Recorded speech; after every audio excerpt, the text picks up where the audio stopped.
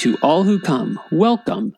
Disney is a time machine that takes us back, connects us together, and shows us that not even wishing upon a star ever gets old.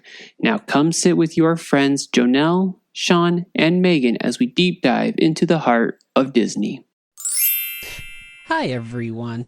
Did you know you are in charge of your life?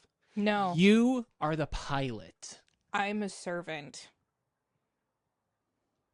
If you can conceive, you can believe, and then you can not achieve because that's BS advice. Okay.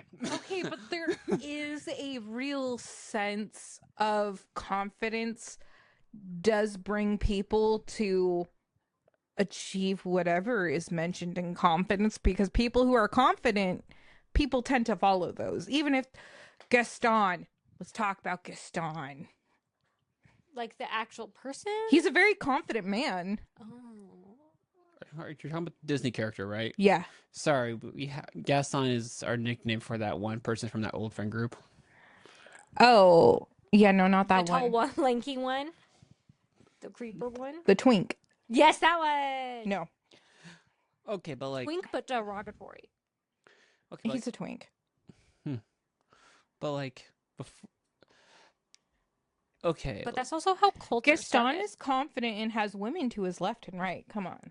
Holt. Okay. Holt leaders. We need to make a differentiation here on confidence. For reference, for those listening, we're on another Zack and Cody episode, which very much centered in on a Fashion show and a MLM scheme at the Tipton. I was gonna say motivational speaker, life coach BS. But It's an MLM scheme. Come on. I don't think MLM it's. scheme. I don't think it's an ML. He's selling courses for you can conceive, to believe, to achieve. He is selling his course. Okay, so like not Cody, but like the main speaker, I believe his name was Tony, Yeah. was trying to sell a course. But then Cody, who is a kid, started referencing this thing over and over and over again. Okay, but like I don't think he was selling, because I think he was teaching. Like it was a seminar. Like he was a lecturer at the Tipton. Oh, yeah. No, I think he was absolutely teaching. But, like, if we go back in the day of what we know MLM schemes were back then, like Mary Kay and a lot of those other ones, was a lot of them involved parties and meetings and things like this. And so MLMs are not only in just like the beauty guru, like nature wise, whatever. Yeah. Not just like essential oils and things for your skincare. A big portion of them are actually in financial services. And Tupperware. No, like legitimately, people will sell you life insurance in an MLM But why? Well, I think because they earn a commission. Fair enough. I think it's like, okay. Obviously, we can see in like this episode what that person and how it influenced Cody and how Cody ran with it. It shows how dangerous it is, because even if it wasn't an MLM, it still shows how motivational speakers and life coaches are honestly it's a very dangerous place to be in. It's a liability. Like, It's nothing but selling false hope. the Red Bull gives you wings. That's a slogan. It is a slogan, but come on. Was there not a lawsuit for the dude who claimed that Red Bull, in fact, did not give him wings? Okay, there was also a web suit over this woman making Easy Mac and cheese because the thing said ready in 3.5 minutes because you put it in the microwave for 3.5 minutes. But she said it took longer than 3.5 minutes because it didn't account for opening it, putting in the cheese powder, stirring it. And she actually sued Kraft over this. See, but there are people who their whole lives is being devil's advocate for lawsuits. I just also want to say that people have sued Subway that their bread is actually more like a cake than a bread. Oh, I thought they were going to say, in fact, not food made theory on fresh. Yep. Thank you, Matt. No, I just like we're going really quick into this. Normally, this discussion gets way drawn out a little bit more. I mean, me and Megan were having some pretty in-depth conversation prior, so like my brain is now already engaged. Okay, but like, again, the dangers of this is that you're selling false hope and you're playing to what people want to hear. Is the problem. You sit there and you're like, you're low in your life. Yeah, I am. You want to earn money, spend time with your family. Yeah, I do want that. Here's how you do this. This is how simple it is. Oh yeah, I can do that. I'm biting my tongue because I have a thought that's not going to be taken well as a hot take. But don't religious leaders do the same thing? Oh, you're feeling sad about death? Here is this thing that happens after death. If you believe in us, we can take you to the other side. Christian support right now. You're not wrong in that religious leaders do have a tendency to use like the same tactics. Yeah, they do use fear-mongering. Yeah, I was just like, but it's really sad to see though, because God, it's weird having this jump in so fast. There's rage bait, fear-mongering. Whatever Sean was doing earlier today with his Donald Trump impersonation. It was so funny. So funny. I feel if you like guys are lucky, you might hear it on this recording. I feel like I am Kim Possible coded right now. Oh yeah, you're definitely giving me Kim Possible vibes. Where's the naked mole rat when I need him? He's in bed. You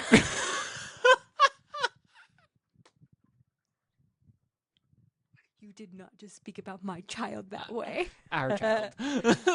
Anyways, You two made him.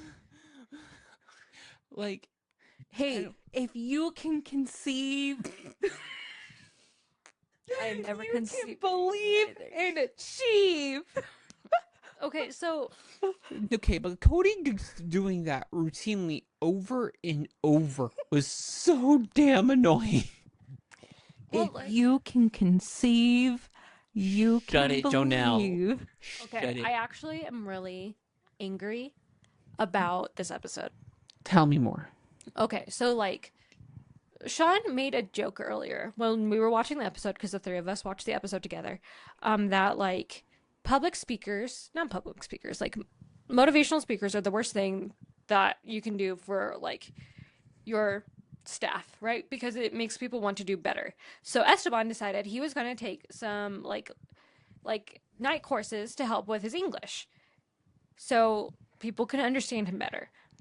Then Cody convinced his mom to like do some stuff for like make a demo of her own songs and like encouraged London and Maddie to some extent to like try out for this fashion thing. And then like the whole like point of the episode is that London and Maddie ended up making outfits they hate and basically like destroyed each other. But they were both pursuing, like, but they weren't pursuing it for they were pursuing it for different reasons. Yeah. But then like Carrie goes out and then is told, oh, you should like listen to this person that tipped him, which is her. And she's like, so basically I wasted $500 to be where I was quote unquote meant to be. And then Esteban ends up learning this accent that basically makes him sound like he's from the South. From Texas. Yeah. And so like, I think this is a show aimed at kids. I think that was the wrong message because I would have loved it if, like, instead of Carrie being like, I wasted $500, she instead sat down and was like, I tried to write the songs. And I just realized, like, that wasn't, like, something I wanted to do. I'd rather be here. Or if Esteban was like, during my, like, night classes, I worked on my English. And, like, I'm happy with it, how it's coming. And we slowly, like, see that progress throughout, like, the seasons. But like it felt like such like a slap in the face that like Cody, despite hearing it from this guy and not really knowing exactly what it meant, and like really like saying really like phrases that were super generic that could like help anyone. Like if you told most people like, "Hey, drink more water. It'll help you get healthier." What every doctor tells every fat person ever, just lose weight, just work out, just stop eating. Right? Like generic health things.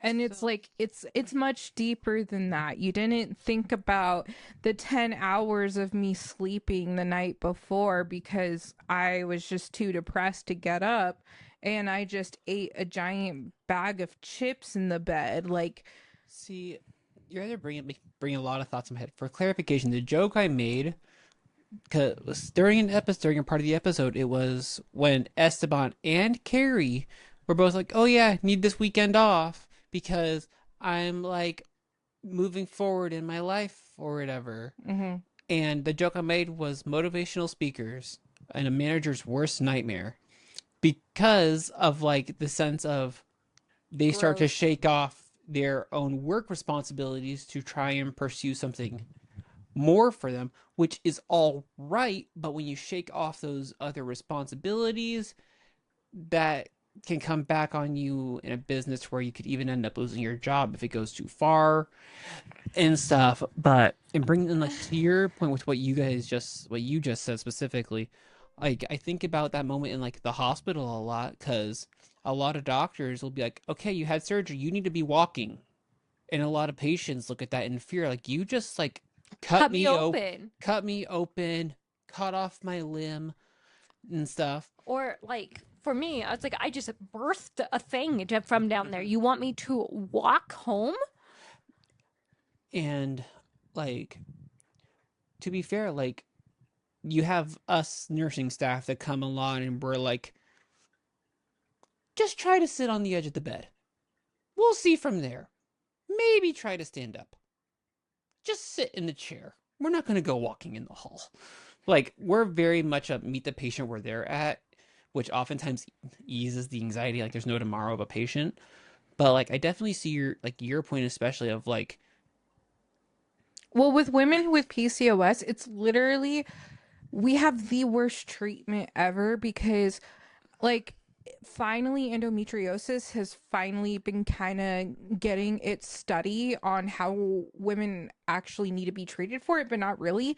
But PCOS, they don't even know what the fuck to do with us because it's still not studied enough. And we have hormone imbalances, so we're told to take birth control to fix the hormone imbalances. And then we're told, "Oh, you have facial hair and acne because your body's creating too much testosterone and you're gaining weight because of the testosterone." Well, these things are caused by stress. How about you just not be stressed out? "Oh, here, we'll also give you another medication that will help your acne decrease." And then it's like, okay, you also need to work out, you need to eat better because you're overweight. And with PCOS, it's hard to lose weight because you have PCOS. And with that, if you just work out, it'll make everything better. But It's like trying to treat the symptoms of the symptoms of the symptoms. Like, we're not actually treating the hormone imbalance. We're treating the symptoms of the thing we're giving you for the hormone imbalance. like, I'll say, like, I've finally made a dent in my weight with PCOS. Like, not to get too personal on the podcast, but you know, we are. Um, I'm just gonna be a little vulnerable with y'all's. But like, finally got to a point where I've made a dent with my weight, and it was the easiest change. I didn't even realize. And it was when I started talking to my dietitian, where I was just talking to someone regularly about the shit I was eating and being like, you know, yeah, I guess that's where I could have intervened and had a better decision of, I didn't really need to drive, but I rationalized myself leaving the house to go grab something at the fast food because I didn't want to like actually make a meal because I saw the kitchen and how it was a mess, and then that would lead like it's so many things, and then it all stems down to other things as well, and for me that just happens to be anxiety and depression and whatever else, but like it has to go down to such a fundamental level of what's in here. Well, and I think that's a part of the issue with motivational speakers is they like to paint a pretty picture. They make everything seem so easy. They don't like when you hear about people that truly get inspired by something. It's it's not simply a normal success story. It's something where it's typically always some story about some person Who was where, able to meet them at their level. where they were in the trenches and fought to get where they are now. Like for me, it's Post Malone.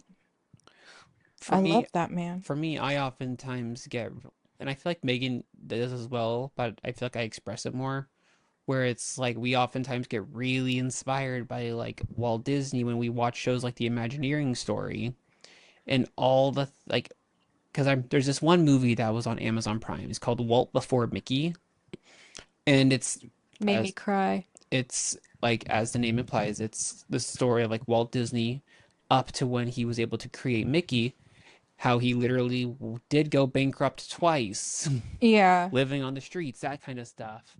And like it's always those types of stories that truly inspire people because it shows someone going from the absolute breaking point to something better. And those people that are inspired in that way always have a stronger drive compared to motivational speakers that just try to paint a pretty picture. Oh, it's so easy. Okay, so first of all, I want to make a comment on one of the things that Sean said. So there is this movie called Pursuit of Happiness, but happiness is spelled with a Y instead of an I. And it has like Will Smith in it with his son, I believe. My mom didn't cry at movies. She sobbed at this movie because it talks about this main character who basically decided to buy a bunch of like medical equipment but couldn't sell it, and it ended up causing like really hard things to happen. And there's a scene where William's character, Will Shakespeare, is not Shakespeare. Could you imagine? Will Smith. Will Smith is like in the bathroom, like in a public bathroom, trying to like keep the door shut so he and his son have a safe space to sleep for the night. And my mom says like that will always make her cry, and I agree with that. There's something so human about being like rock bottom and then like making their way to the top. But I also think there is this thing about like the genuineness of a person. So I think of Shigeru Miyamoto, who for those of you who are like, hello, I'm only a Disney fan, he is in charge of a lot of Nintendo properties. He's like the CEO of Nintendo, I think. Something like big like that. And so I was a huge fan of Matt Pat. Still am, but like he retired and I haven't followed up on what he's been doing because he's retired and I don't want to like get into his personal business. But he talked about how one day he got to meet Shigeru Miyamoto, and like there was like he had this like genuineness that like seeped through, and like when he was excited, everyone was excited. Or about how like Fred Rogers, right? When he went to sit down with like people to get interviewed, people said he was the worst person to interview because he ended up interviewing you instead because he was just so invested in the other person. You can like, and those two people are like, one of them is like motivating you to buy Nintendo products, right? But like people buy into like the worlds he creates or like facilitates being created, and like people like speak so highly of Fred Rogers and Walt Disney because they were such genuine people, and they brought genuine joy and genuine sadness and genuine like complexity to whatever medium they were in. I mean, this is why people liked Elvis. This is why people like Post Malone for you. Yeah. For like Taylor Swift. I think that's the difference between motivational speakers. You guys are gonna laugh at this. But I'm okay. There's a few songs that I'm already like, you know what? I can mind this because it's not the worst on Taylor Swift's new album. I haven't fully listened to Taylor Swift's new album, Don't Hate Me, but in the morning, like Taylor Swift has like this calming effect on me, mostly because when I was pregnant with baby Casper, he would only kick. Like he would get me really sick in the car, and I could only listen to Taylor Swift and Hannah Alonso. Like those were the only two things I could listen to without like throwing up, and like it was awful. But now whenever I listen to Taylor Swift, my body's like, oh, this is so calming. But I get up really early to go help Casper go to wherever he's going or going to work. So when I listen to Taylor Swift, I get calm, and then I want to get like cozy. Yeah, I put Taylor Swift on for him to take a nap at my place. Yeah, so I can't listen to Taylor Swift without wanting to fall asleep, ironically. So I haven't listened to the whole album because I need to stay awake. Sorry, Taylor. But like you bring up an interesting point when you bring up Miyamoto from Nintendo, or what was the other one you said? Fred Rogers. Fred Rogers. Fred Rogers. There's something to be when you're around someone who Freddie has Mercury. Sorry, that was the other person I was thinking of. when you're around someone that has such a pure sense of passion, where that genuineness is there playing to the naked eye, you can't, there's something to be said, like people can't help but be drawn to that. When you feel something that passionately to where you are like excited down to your core to be doing something, that's something that translates to everyone. Like you can't hide that kind of passion and excitement and drive. That's And why when like sorry. but like when it comes to like motivational speakers, they try to fake that. It's the way they talk. They're master at manipulating people. Yes, It's master manipulation. because they play off of human emotions. I was going to go into the next topic of related to this though. Which is? Did your schools have any motivational speakers like this? Oh my gosh, You mean can I talk during about the it, week, please? the last week of February, first week of March of anti-bullying week? Oh my gosh. Okay, I have two thoughts. Please, can I Yep. share them? Yes. Okay. Yes. So the first one was I'm gonna talk about the sad one first. And then I'm gonna talk oh my gosh, hold on. Freeze. You're fine. Okay, so the first like motivational speaker that I really remember in school. So there was this awful thing that happened called the Columbine shooting, and it was about these two kids who killed a lot of people because mental health and bad things. We're not going to get too much into that, but there was this organization that was founded by one of the kids' parents who died. Her name was Rachel, and so like our middle school was like in high school, I believe, were like really big into like they brought like this organization, but it was like a video to like all the schools in the school district, and we listened to this girl's story and how people were like she was so kind to everyone. One that I really think about was she worked at Subway. She saw this homeless one outside, and so she debated whether or not to give this woman a Subway sandwich. And she would like start making one and then be like, no, that would like, what if she didn't want it?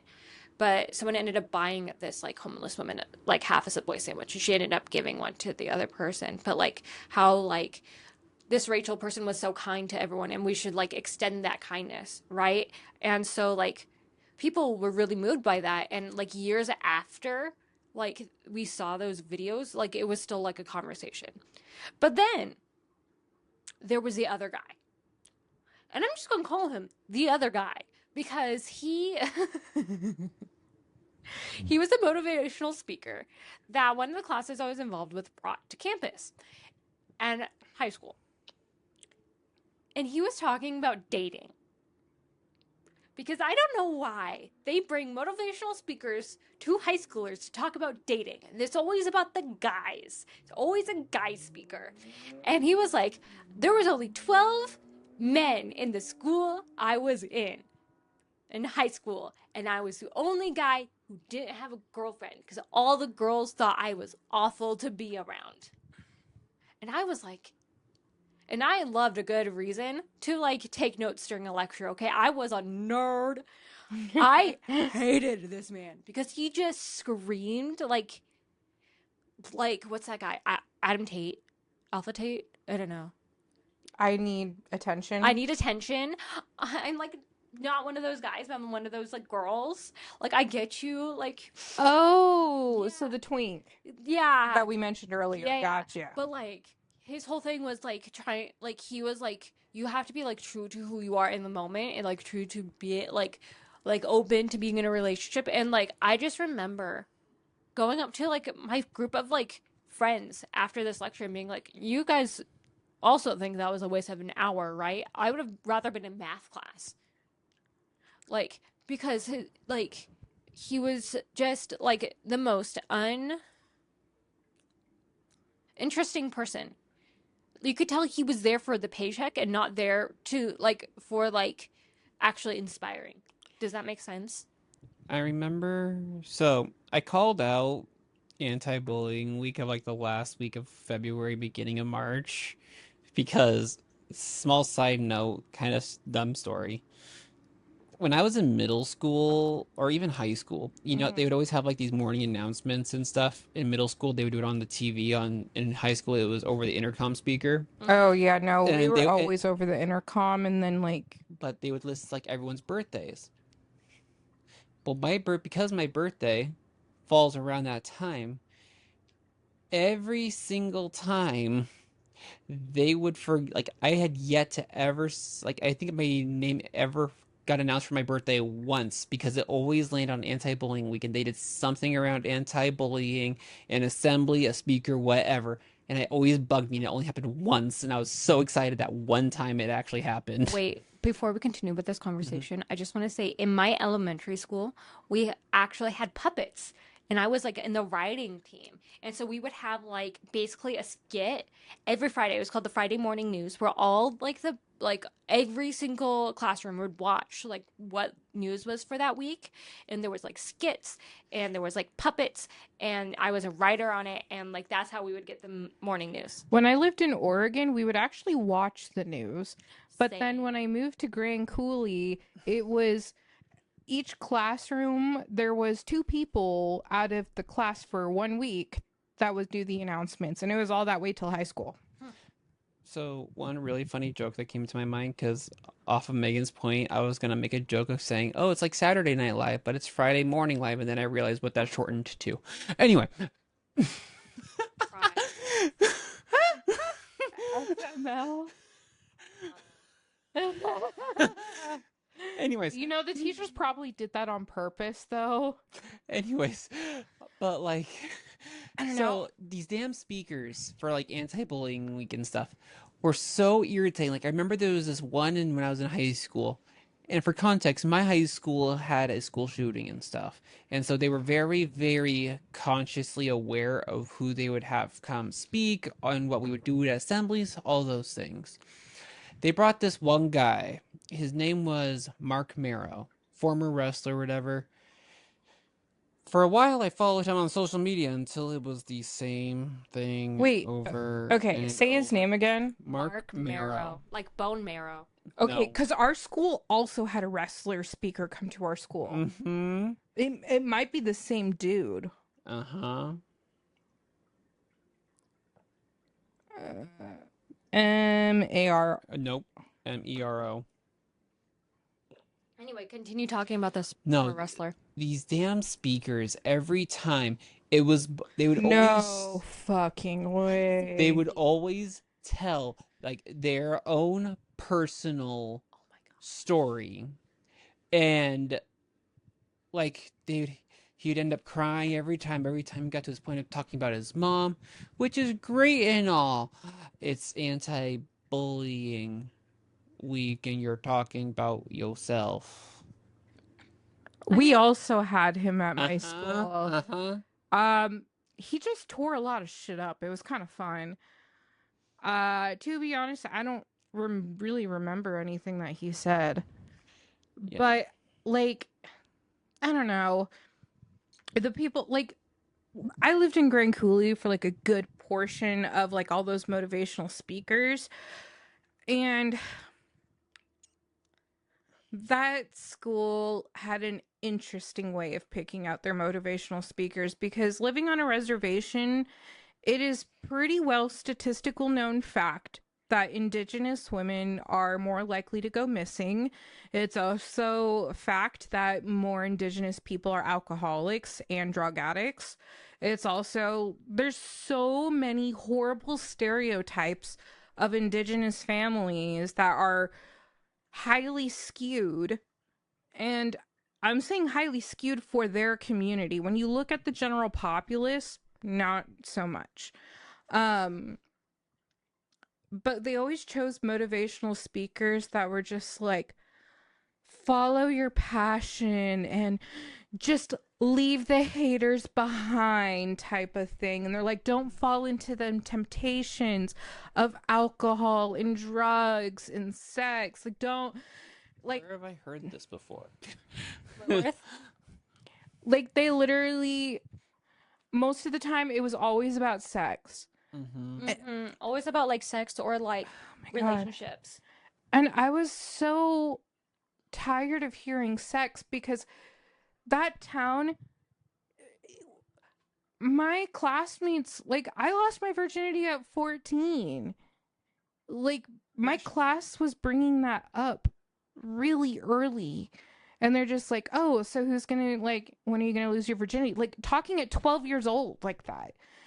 And so they keep bringing the sex talk earlier and earlier, because they're just like, well, it's gonna happen. But then that's the issue. Well, okay, I like how my school did it. In 5th grade, we got like, hey, guess what? Your body's going to be changing. And this is like some like general things to look for. Like, they were trying to get on like, if like a boy's voice drops, like that's nothing to worry about.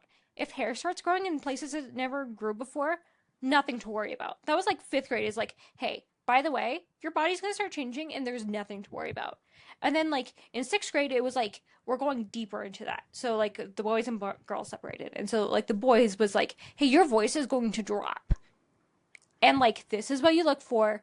And like, in 6th grade, our sex ed teacher, like, and they had multiple like different sex ed teachers, but like 5th grade, like 5th and 6th grade, they took us into one room. They started showing us genital parts with like warts and stuff on them for, you know, whatever STD or STI, I'm trying to think of the name, which is horrible and I really shouldn't care about it. But then they would also talk about like the feelings that you'll have during intimacy, which one of them is pleasure. And so then like a lot of the girls are just like, well, is sex fun? And they're like, yes, but you should stay abstinent until you're married. Wrong move. Yeah. I'm gonna pull us away from that conversation for another episode. It's Because just that's opening up a so- big can of worms. I was like, it's just so, it's the, like, I can't stop thinking about, not that conversation, but like, I can't stop thinking of the concept of you're damned if you do and you're damned if you don't, you know? Yeah. But And it's just like, do we really want to have motivational speakers like that? motivation, the problem. Okay, honey, you go. I think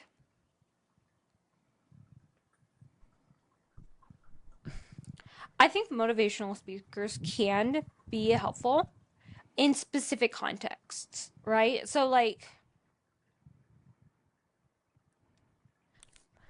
the other day, I went to a training about CPS because I am a mandated reporter, right? And that's a really hard thing to do.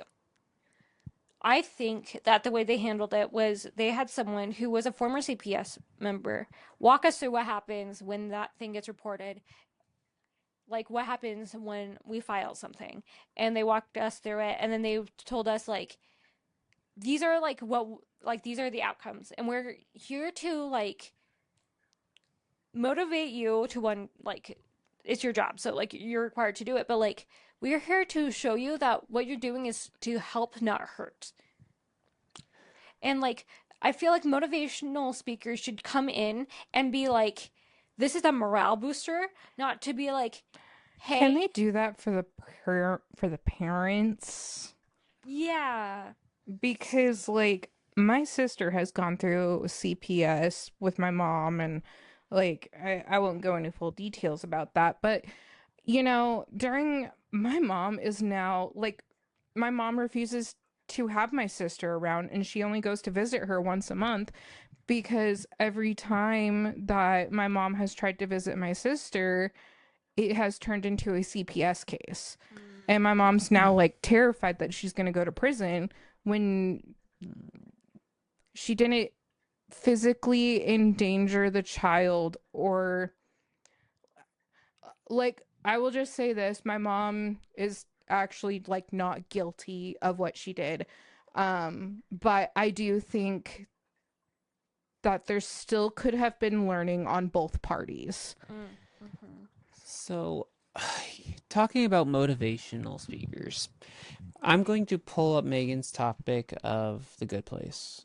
And I think motivation is not the way to go. If whether that's whether that's you're in school, whether that's you're an employer, you should not be going towards motivational speakers, because that's not the correct way to get the results that you're going for. Because I think about my psychology classes, this concept of intrinsic motivation versus external motivation. External motivation being like, I'm earning money. That's what's motivating me. Money. That's external versus you're just inherently inside yourself motivated. And the problem is motivational speakers are like an energy drink. You need to stay awake, so you take a substance to help you stay awake. Motivational speakers is like that because it's like taking an energy drink on motivation. The goal shouldn't be to motivate people. The goal should be to inspire people. I was like, I want to be inspired, man. And so, like, when we sit here and, like, the reason I reference The Good Place is because I think about this one episode in season 2 or 3, when it's season 2 or 3, where Eleanor, played by Kristen Bell, gets brought back to life and gets saved. Act of kindness, she was saved by someone. All of a sudden, she's on this high of like, I want to start doing good. Mm-hmm. So she starts doing good by her own virtue and sense of drive to start doing good. But then she hits a bump. And so she goes down this rabbit hole of like, I was good for so long. Where did it get me? And I feel like that's a hard part when it comes to motivation and inspiration. You go and like, yeah, I'm going, and I'm hitting these steps, and then something happens, and it stops. Okay, I have the perfect, like, anecdote for this. So, I was a theology, like, major. I went to a lot of church services. And I mean, a lot of church services. And we did a lot of prayers. I can't tell you what any of those services did. But there was this one line from a teacher that he said offhand in a class that that inspired me more than any of the other like sermons I've ever heard. And this line goes, "Love is an action. It isn't passive." And I thought about it for a long time, especially because I was taught that like love was passively there. Like, I don't need to say I love you because you know I love you. And I started thinking about it. And of course, this is like in the Christian context. So they were talking about like how God sought out the Israelites, even though that they were like doing bad by God's standards, and how he continued to love them. And he continued to show that love by like giving them food, by giving them the promised land, and then taking it away, but then giving it to them again. And like, you know, all of that. And then I noticed that like in my life, it was the people who like, that I noticed that they loved me through action. Sean reaching out when I was having a bad day. I had other friends who like, I had a friend who would like literally make me tea whenever I was upset. Like it was the people who did actions that I was like, love is an action. And so literally when I'm like, when I think about love now, I'm like, what action can I show this person love? It's not an act of service. Love is something I have to do. Does that make To sense? show appreciation. To show it, yeah. Yeah. I was gonna go on a funnier note with this. Oh, sorry, mine got deep. It's okay. All right, when you reach the plateau, this is where innovation comes in. I knew we were going to pull out business Jonelle today. I was like, we're going back to the master. Actually, I had a lot of classes on this for business management, more specifically. And because as a manager, the goal is to motivate your employees. Yeah. Motivate, in quotation marks. And because it's well known that an employee is going to reach a point to where it's probably burnout, if I'm being honest, but they're also reaching points of hardship. So you have to come to the employee, you know, as a person, but in a business setting, and just say like, hey, like this job is a part of your life, but like, what can I do to help? Like that's what the manager is supposed to do, is to say, what can I do to help you during this time? Or, you know, what do I need to do for your shift to make it more comfortable? Because as the manager, your job is not only to report, but your job is to also delegate. And so a good leader is going to properly delegate to where the load is not burdened all on one, but it is all together as a unit. Well, and that's like definitely points towards like day-to-day productivity. Yeah, and I mean, that's the whole Yeah. point of it. But like, And then you reach the human resources part, because we went into a lot of behavior analysis. I was like, it continues. Of they want to be inspired, because, you know, especially the newer generation, we go to work, we work our 9 to 5, we come home, and most of us who don't have kids are just like, we go to bed. What's the point? I think that's something our generation really longs for. Like we don't have hope. There's no inspiration. Well, I mean, there's actually I think- inspiration, but there's no well, hope. the thing is like, let's look at like our good old American history classes. Aside from everyone's favorite Revolutionary War, Civil War, but if you look post World War II, what ensued after is a lot of people see that as inspiring, because you see the industrial age of like cars freaking skyrocketed, entertainment industry was booming with music and like golden age of Hollywood. You had, But this is like where pizza parties come in, and they're like, oh, we'll give you a free pizza party. That's not what people want anymore. What people want is a community. They want to feel welcomed, and they want to feel like they're taken care of, and they want to feel known. I feel like, to add on what Jonelle said, it's not even just about like the immediate community I'm in. Like at my last job, I wasn't even greeted by my co-teacher.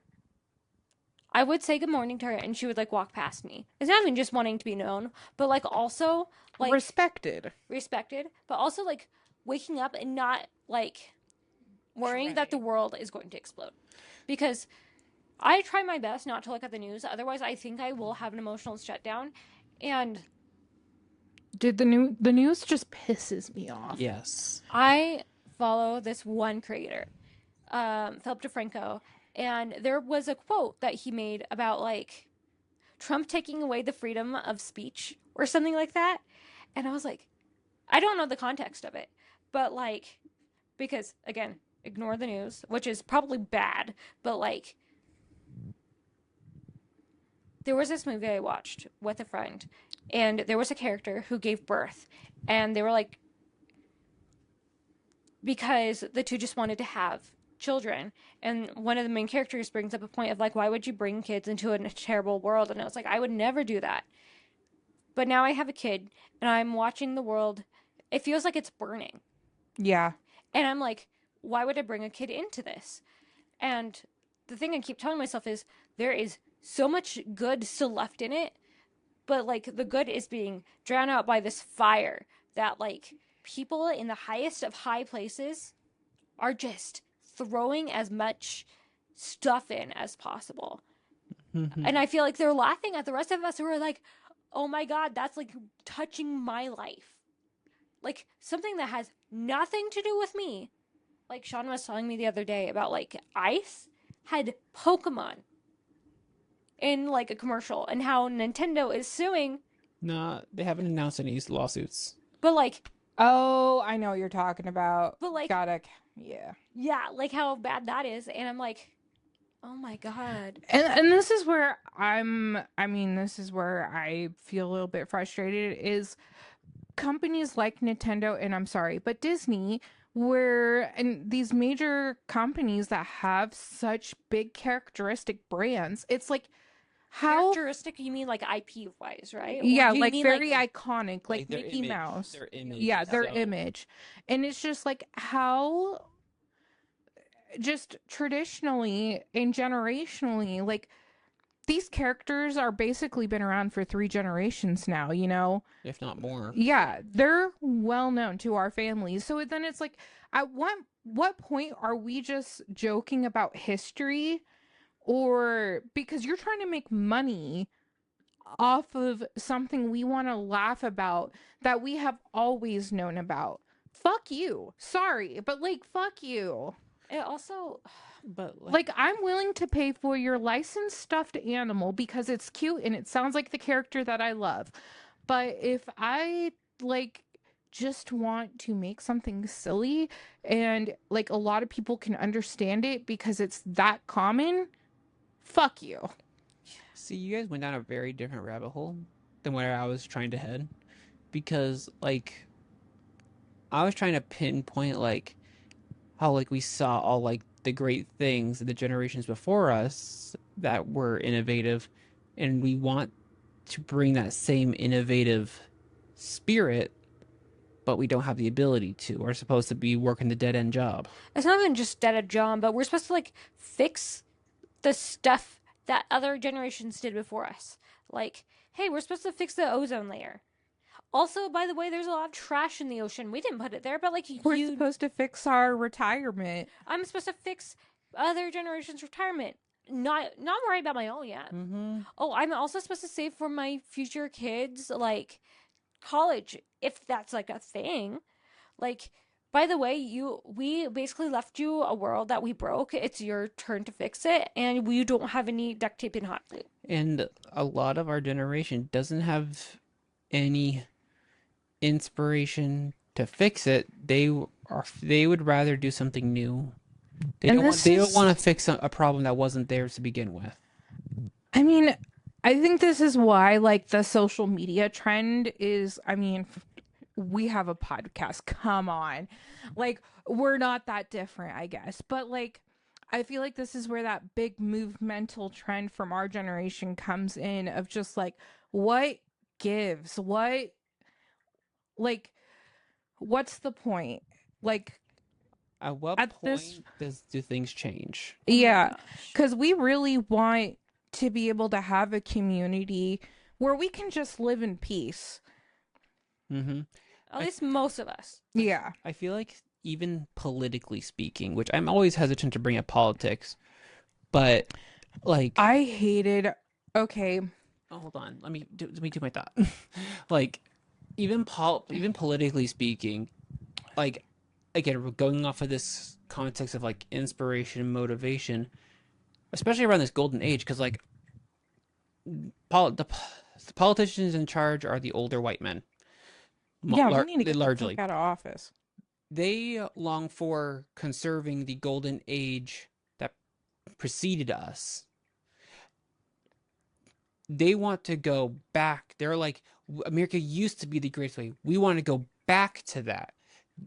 They're thinking going backwards versus trying to create a new golden age that's different, that is new as well, which doesn't help.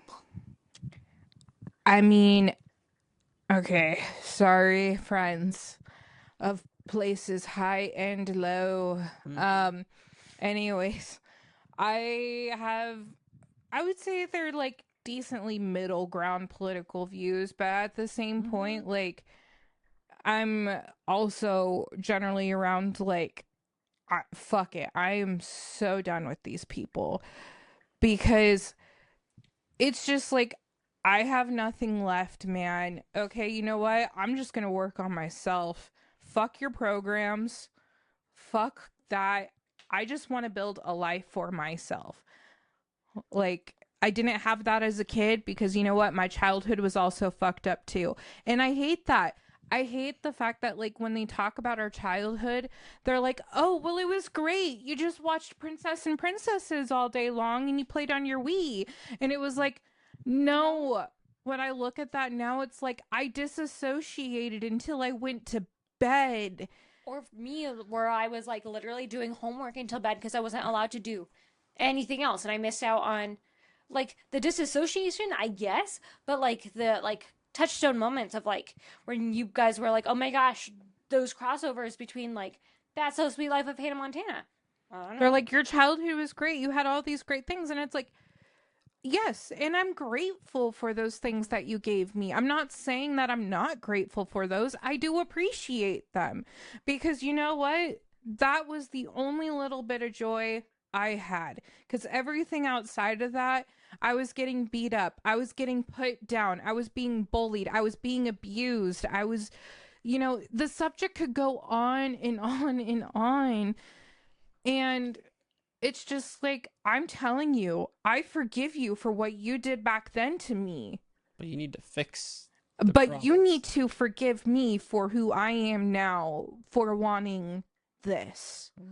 Like, you can't be mad at that, because this is the one, like, this is who I want to build. I want to build myself, because I've been building you for all this time. Now I'm ready to build me. Yeah. And even that, like, same concept, like, even transcends to even the larger picture of, like, our generation doesn't want to invest in the country as it currently is. We want to invest in the country that we want. The country that we want to live in. Oh, I remembered where I was going to go with this. Sorry. Going on Black Lives Matter movement and political things. So, purely in my heart, I never understood race. Like, and I also took African American literature, and one of the first few pages of our textbook talked about essentially the history of how racism began, and it was because someone made it up. And I'm like, okay, that does make sense, because like, how does something come into play until it comes into play? But okay, so I'm gonna kind of skip on that a little bit. I just kind of wanted to bring up the context of it. But during the time of the Black Lives Matter movement, not only did we see like, are you talking about like the heavy one during the pandemic? No, before the pandemic. Okay. So I'm talking about like before the pandemic, like the George Floyd. That was pandemic. I thought that was... Nope, that was pandemic. Okay, well, there's also stuff like pre-pandemic, but essentially everything had to be about Black people. And now everything has to be about Indigenous people, or fuck the cops. And, and it's just like, I just genuinely, like, in my heart, I genuinely care about everyone's life. I even care about the drug addict on the street. Even though I'm pissed off that they're still choosing that drug every day, I still care about them. I want what's best for them. Mm-hmm. And I want them to sober up, but they have to make that choice. And me, and like, this is where it hits a hard spot for a lot of people. But it's just like, in my heart, I know that if someone is choosing to do drugs to a point where they are willing to kill themselves, I'm not going to, like, it's way past my reach to try and keep them alive. Yep. And like, this is a very extreme case I'm talking about, and I understand that, but like, it's just how I feel. Like, I genuinely care about their life and I want them to get better, but I want them to seek it properly. And I understand that, like, people who are drug addicts will still need to continue that substance use to get off of it, because it's a really weird thing, yeah. Yeah, because of like how bad the shakes are and everything like that, which I'm in support of that. It's just, I'm not in support of them continuing to abuse people around them who know that, like, they feel bad for them, are willing to feed them. So, not saying that they shouldn't be fed, but you know what? They shouldn't be going to the same people every day and saying, well, I know you're here and you're going to give it to me and you can't say no, because that's entitlement. That's the struggle with hospitals, because by law, hospitals are not allowed at all to refuse any medical treatment. So no matter who comes through the door, we're like, yep, you will be seen by a doctor, which also means you will be fed. You will have shelter, at least for a little bit of time. But then you it's like, discharge. do we want to waste everything of Narcan on and I'm just using drug addicts like as a very like easy example, but like, it's because right now that is what is most extreme. We see things like Skid Row and we see Chicago and how badly that area is, and we're like in Oregon where they legalized all drugs in small municipal amounts to carry on yourself, but where they're legalizing this and they're allowing you, like, people will give you free sterile needles to inject yourself with heroin, or Sorry, needles. and have disposal sites that way you can do drugs safely.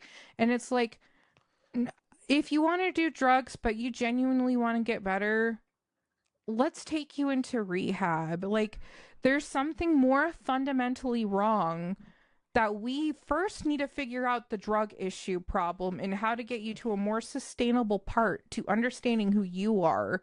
The question is, though, that becomes of like, what, much like what we've been saying for the last like 10 or so minutes, when's the point where you realize you can only do so much? When's the point where where you look at things like, you know what, things have to change? At what point do we say we can have every resource in the world, you can't make them drink? And I do think we have certain classes of people who are more willing to take care of the people who are going to be entitled to those services and abuse them. And it comes down to policy making, which is where politics comes in. Who knew? But it also comes down to the human. And one thing sorry, Megan, I feel like I know you want to talk. I just want to wrap up on this. But like, right now, I have not necessarily been siding on the Democratic side. There are things I do like about the Democratic side, which is they genuinely care about human rights. That's generally how... Good thing, too. Yeah, that's genuinely how their party likes to characterize themselves. Yes. But lately they have been characterizing themselves to do more than what they can actually do. And it comes to the point of just where it starts to look like communism or socialism. And that's not what our foundation is built off of. And if we play the game of capitalism, which is you take your money, you invest it in a business, that business will continue to grow. Generally, it should succeed. But sorry, I also have to there we go. I also had to burp. But yeah, it does come down to, like, do we need to change our culture? And I don't believe you can change people through, like, their habits, through policy making. And definitely not through motivational speaking. Yeah, like, it has to be a genuine one-on-one change that comes across in multitudes. That is, it's so hard to, like, kind of describe that feeling. But, like, when we saw the Prohibition era and jazz music come to life, it was like, you know, and then you see after that, you come and see the movements of those who were really clinging on to no more blacks versus white scenario. Like, let's actually build a community. And then we had Martin Luther King Jr. Yeah, with the civil rights movement. Yeah, and this is where we see a lot of those historical moments. So I know we're right on the tip of the iceberg. And that's the most frustrating part. And that's what is the most anxious part too, is because we're on the tip of the iceberg. The question is who's gonna like get us off the tip. Yeah. I just want to say that I'm now a cat. Hello, my name is now Nova. Thank you, Megan. Yeah. Thank you. I didn't even notice the cat until now. Oh my lordy. Yeah. So cute. Pretty Anyways, tad. but no, definitely. This is a whirlwind conversation. Somehow, oh my god, it's also an hour. Yep, I think that's all we got. May I add one more thing? Yes. Just to wrap up today's video. I hope that whoever listens finds something that inspires them to do one kind thing to another person today. I find that days when I'm feeling bad, when I'm feeling gross, just doing one kind thing for another person helps me feel better. And I hope that if we do that, we can find ourselves in a kinder world. I kind of want to finish off on that too. Yeah, go for it. Because it's so funny. Just like how much the act of kindness truly changes people. And that's why I keep saying culture, but like that's the culture I talk about, is this one of kind and respect and unity, of One that's just nice. I care for you, you care for me. I scratch your back, you scratch mine. Yeah. Like It's really like, yeah, like a culture where we can actually say we care about people. One where we actually are kind to each other, not hateful. yeah. Not one where we don't have to worry about Karens. where Karens, cancel culture, this idea to put people down constantly, rage baiting, where we are thriving on negative emotions. Also, I hate that. I know it's great for the views. I understand it. And it's because videos are made to evoke an emotion out of you. But rage bait has to stop. Unless I feel like... Unless if it comes to health. And I don't mean Trump's like, Tylenol is gonna cause the bad things. The brain. It wasn't even me that did their impression. It's the bad things. I mean, like... I feel like rage bait during, like, the pandemic was, like the rage of, like, you have to stay inside, otherwise people are gonna die. Or, like, rage of, like, yeah, you have to be kind, otherwise you will start war. Totally fair. But, like, rage bait on YouTube has to stop. Well, rage baiting is the sense of, like, you're viewing something purposely to make people mad. Yeah, to like get them to view it. Like ASMR videos that purposely have like the nail chalking sound. Or like videos, me and you experience this a lot, videos where it's like oh yeah, how many of these like Disney songs do you know? And 80% of them are from the 90s, which is the ones everyone knows. Or Let It Go. And then but they purposely say like, oh, I didn't know that Let It Go was a song. It's like, yes, you did. You're just trying to get people to be mad. Yeah, and it's like, how do you not know that song? Exactly. How do you not know it? How do you not know it? Fear mongering to get people to do stuff is a useful tactic. I won't lie. I've had to use it in hospitals to get people to better their health because they don't realize their consequences. But holding people accountable to realize their consequences is different than being truly mean and hateful and trying to make people negative. They wanted us to build the world that they wanted. They built the world that they wanted, and this is the outcome. Maybe instead of spilling the tea, we all drink the hot chocolate. It was this thing I used to do on Twitter, where usually spilling the tea is like the gossip, right? Drinking the hot chocolate, it's like, let me tell you something that I really like about you. Let me spread some kindness about you. And here I am thinking, let's drink the apple cider and add a little spice. All right. We have to go. We gotta get off of this. We're going weird now. We're going to go to bed, friends. We're tired. Bye, friends. Bye.